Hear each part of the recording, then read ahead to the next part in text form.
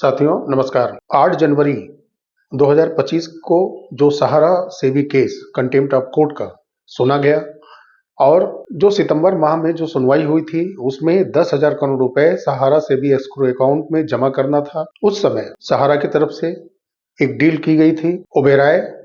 Realty limited के साथ, जिसमें 1,000 करोड़ रुपए जमा करने की बात की गई थी और उसी बेस पर कोर्ट की तरफ से सहारा को 9 माह का समय दिया गया था 10,000 करोड़ रुपए में से शेष 9,000 करोड़ रुपए और जमा करने की। फिर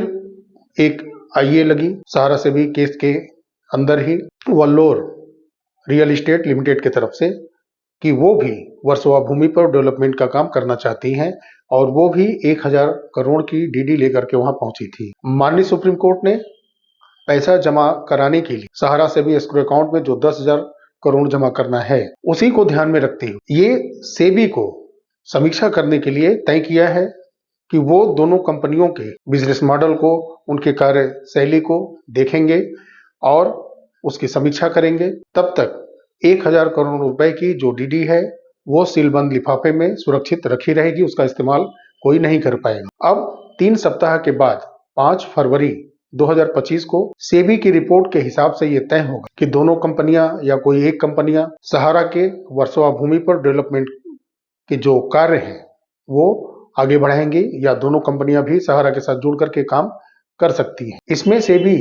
एक चीज और ध्यान रखेगी कि 2012 में कुछ इसी तरह की डेवलपमेंट की डील सहारा ने कही थी वर्सोवा भूमि पर और उसमें 19,000 करोड़ के आसपास जमा करने की बात की गई थी, जिसको उस समय कोर्ट ने माना था। लेकिन 2020, 21, 22, 23 सभी समय निकलते गए और इतने वर्ष के अंदर उस बात को पूरा नहीं कर पाया सहारा। तो जब सेबी ये चीज जांच करेगी, परख करेगी, सर्वे करेगी तो सहारा के उस डील को भी ध्यान में रखेगी कि किस कंपनी के साथ उनका डील हुआ था और वो अपनी बात पर खरा नहीं उतर पाए। सहारा कोर्ट के अंदर दरअसल कहा जाए तो 95% मैं कहूंगा कि लगभग वो किसी बात पर खरे नहीं उतरे और वो कंटेम्प्ट ऑफ कोर्ट कई बार कर चुके हैं। चाहे वो 2012 का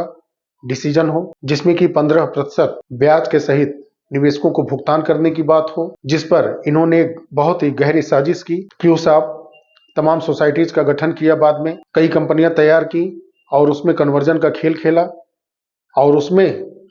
मुझे लगता है कि जो 15% ब्याज है कहीं न कहीं उसके एवज में इन्होंने ज्वाइनिंग पॉइंट जैसा साजिश किया, जो कि आज डेफिशिएंसी के रूप में सीआरसीएस पोर्टल पर दिख रहा है। तो जो आदेश की कॉपी है वो अपलोड हो चुकी है और उसमें जो रिपोर्ट, इन सब बातों को मैंने इसलिए बताया कि जब सहारा और ये जो दोनों कंपनियां हैं जो सहारा के साथ डेवलपमेंट मिलकर के करना चाहती हैं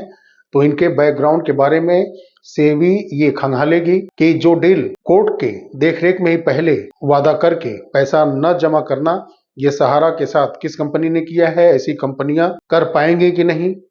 जो कि 10-12 साल तक नहीं कर पाई, वो क्या कुछ महीनों में इस डील को फाइनल अंजाम दे पाएंगी, पैसा जमा कर पाएंगे 9,000 करोड़ रुपए और सहारा सेबी के एस्क्रो अकाउंट में कि नहीं। तो उनके रिपोर्ट के आधार पर जो वो तय करेंगे उससे अवगत कराएंगे माननीय सुप्रीम कोर्ट को, उसके बाद ये डिसीजन आगे बढ़ेगा। ये हो गया इस केस के बारे में, सहारा सेबी कंटेम्प्ट ऑफ कोर्ट के बारे में। लेकिन एक सूचना जबरदस्त है सरकार के कार्रवाई, झारखंड के अंदर जो कार्रवाई हुई है आज, उसमें बहुत ही बड़ी चीज निकल करके सामने आई है कि सहारा के ऑफिस पे सीआईडी और वहां की पुलिस विभाग की टीम ये लोग पहुंचते हैं और जो पैसा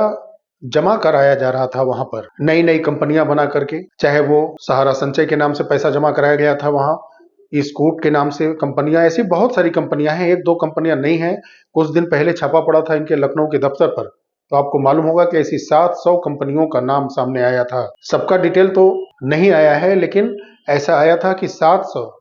फर्जी कंपनियों का डिटेल मिला है। जब कलकत्ता की ईडी की टीम आई थी शारदा चिट फंड घोटाले के सर्च में वहां पर लखनऊ के दफ्तर में, तो 700 फर्जी कंपनियों का नाम आया था सामने जिसमें उन्होंने इन्वेस्ट कराया है और कंपनियां बदल बदल कर ये इन्वेस्ट कराते गए, पैसा लूटते गए, रखते गए, फंसाते गए। इसी पर कार्रवाई वहां के जो लोकल लोग हैं हेमंत सोरेन सरकार के साथ मिल करके 1-2 महीने पहले से ही चुनाव के रिजल्ट आने के बाद वो लग गए थे सहारा सुधरी नहीं और वो पैसा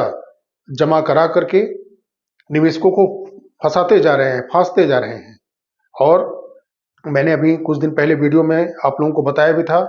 कि तमाम स्टेट के लोग, कई स्टेट के लोग इनके झांसे में कैसे आ रहे हैं, कैसे पैसा जमा कर पा रहे हैं ये, और वहां की जो स्टेट गवर्नमेंट है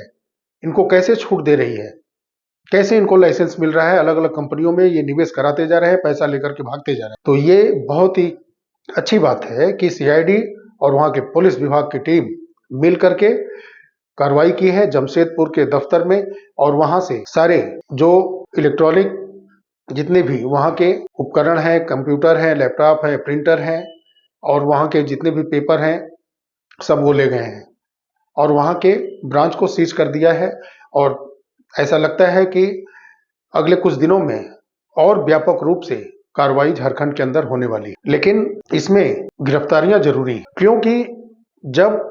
सारी चीजें आप दफ्तर को सीज कर रहे हैं, सारी चीज आप ले जा रहे हैं, फिर भी जब आप किसी को अपनी गिरफ्त में लेंगे नहीं, रिमांड पर रखेंगे नहीं, कुछ समय पूछताछ करेंगे नहीं, तो इस जालसाजी का खुलासा होगा कैसे। आप उन्हें ले जाइए, कुछ समय के लिए रिमांड पर लीजिए, और रिमांड पर लेने के बाद उनसे पूछताछ करेंगे, तभी तो पता चलेगा कि ये जो सारे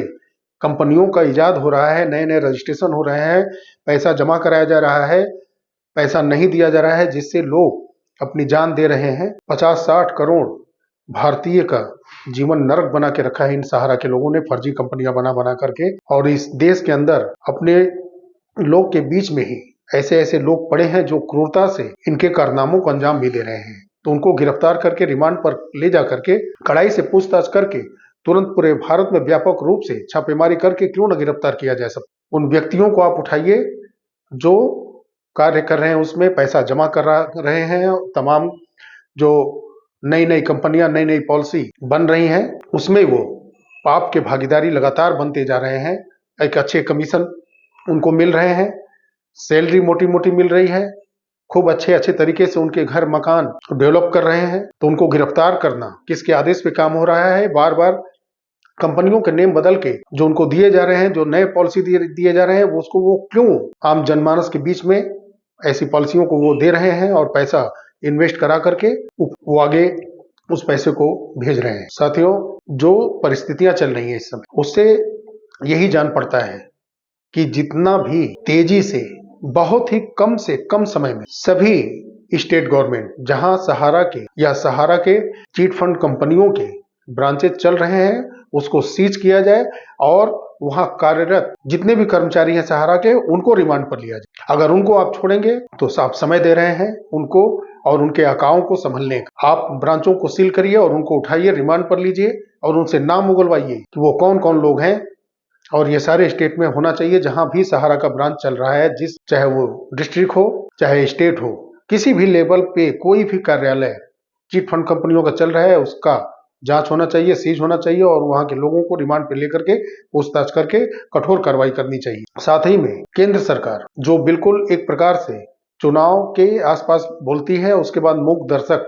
के रूप में तमाशा देखती है और दिखाती है लोगों को। कभी ईडी टीम लखनऊ चली जाती है, कभी कहीं चली जाती है, लेकिन कुछ निष्कर्ष लेकर के सामने वो आती नहीं है। अब समय आ गया है, अगर वो पूरे भारत के सहारा निवेशकों के नजर में गिरना नहीं चाहते हैं तो जिस प्रकार से झारखंड के अंदर कार्रवाई शुरू हुई है उनसे ज्यादा तेजी से और कठोर तरीके से कार्रवाई करना वो शुरू कराएं, तभी सहारा के निवेशकों का भुगतान संभव हो सकेगा। जो केस चल रहा है या पहले जो केस चला है सहारा के साथ कोर्ट के अंदर, उससे जो नए पॉलिसी है जिसमें कि पैसा जमा करके ठगा गया है, निवेशकों को कन्वर्जन किया गया है, वो भुगतान रुकना ही नहीं चाहिए था। ये सहारा उसके आड़ में सबका भुगतान रोके रखा है और इसके ऊपर जब तक कठोर कार्रवाइयां नहीं होंगी, एक प्यून से लेकर के एक मैनेजिंग डायरेक्टर के हेड तक इसकी आंच नहीं पहुंचेगी, गिरफ्तारियों की रिमांड पर नहीं लिए जाएंगे,